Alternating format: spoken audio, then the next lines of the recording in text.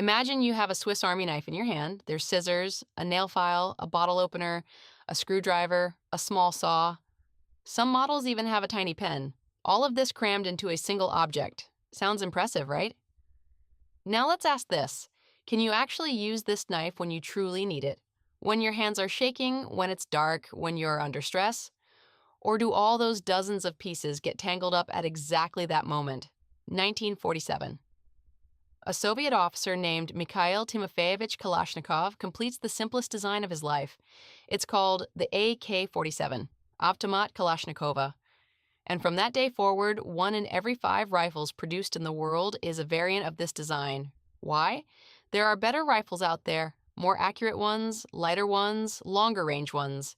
But the AK-47 is still there, in conflict zones, forests, deserts, swamps, for over 70 years. This cannot be a coincidence. When you look at the internal mechanism of the AK-47, what's striking is not the complexity. It's exactly the opposite, a gas-operated system. Gas from the barrel pushes the piston rotates the bolt carrier, ejects the empty casing, chambers a new round. The cycle is complete. The surfaces that rub against each other in this cycle are deliberately designed with wide tolerances, meaning gaps are intentionally left between the parts. This is not a flaw. This is a decision. Mud gets in, the cycle continues. Sand gets in, the cycle continues. Water gets in, the cycle continues. Because there's room, no tight point for foreign material to get stuck. In contrast, the American rifle of the era, the M16, was manufactured with much tighter tolerances, more accurate, lighter, more modern, but in Vietnam, that precision became a problem. Tropical humidity, wetness, dirt. The M16 jammed. And a jammed rifle is more dangerous than no rifle at all.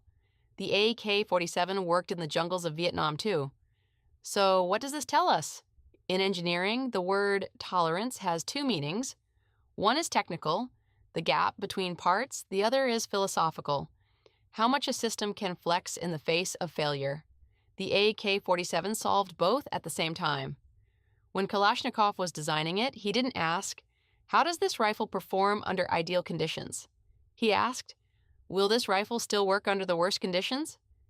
The difference between the 2 questions seems small, but the result is a difference of 70 years of history. Let's look at the part count. A K-47, approximately 8 main moving parts, some contemporary rifles by comparison 2 to 3 times more.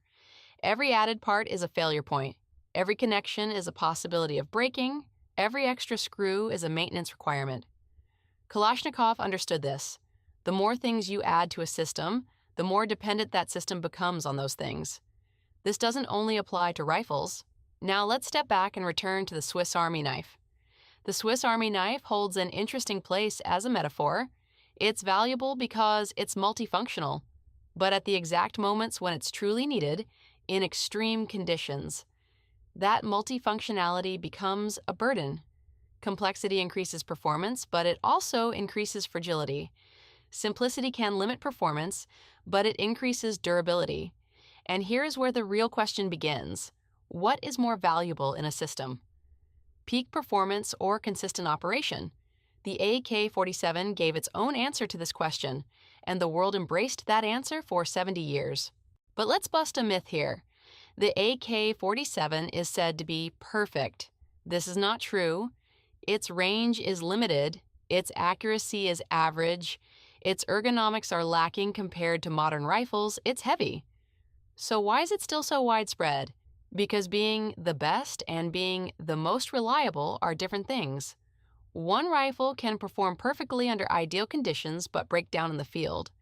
Another performs averagely under ideal conditions but never breaks down in the field. In a survival situation, which rifle is more valuable? This is a question about the very definition of good. Kalashnikov's design is actually a mechanical answer to a philosophical question. What is perfection? Most engineering philosophies answer this way. Best performance, most precise manufacturing, most advanced materials. Kalashnikov said something different. Perfection is working no matter what the conditions are. There's a deep difference between these 2 definitions. One aims for the peak, the other secures the floor. And perhaps the real question is this: which kind of system are you building? Let's bring this into daily life. You make a plan. Everything is designed for perfect conditions, but conditions change and the plan collapses. Or alternatively, you make a simpler plan. Fewer variables, fewer dependencies. It doesn't reach the peak, but it works somehow under any condition. One is a Swiss Army knife. The other is an AK-47. The systems you build in your life, your relationships, habits, business plans, which one do they resemble more? Now let's be clear. Simplicity is not always the right answer. Some problems require complexity. Brain surgery is not performed with simple tools. A space shuttle does not fly with 8 parts, but complexity is not always progress either. Sometimes every part added becomes a burden on the system itself. The AK-47 showed this, not as a rifle, but as an idea. Kalashnikov passed away in 2013. He was 94 years old. In an interview in his final years, he said, "As a designer, I feel proud. But when I think about the fact that this weapon has been used to take lives, my heart aches." That sentence alone is a topic for a separate video. But let's stop here today. Simplicity is sometimes the hardest design decision because adding complexity is easy. Removing complexity takes courage. Kalashnikov showed that courage.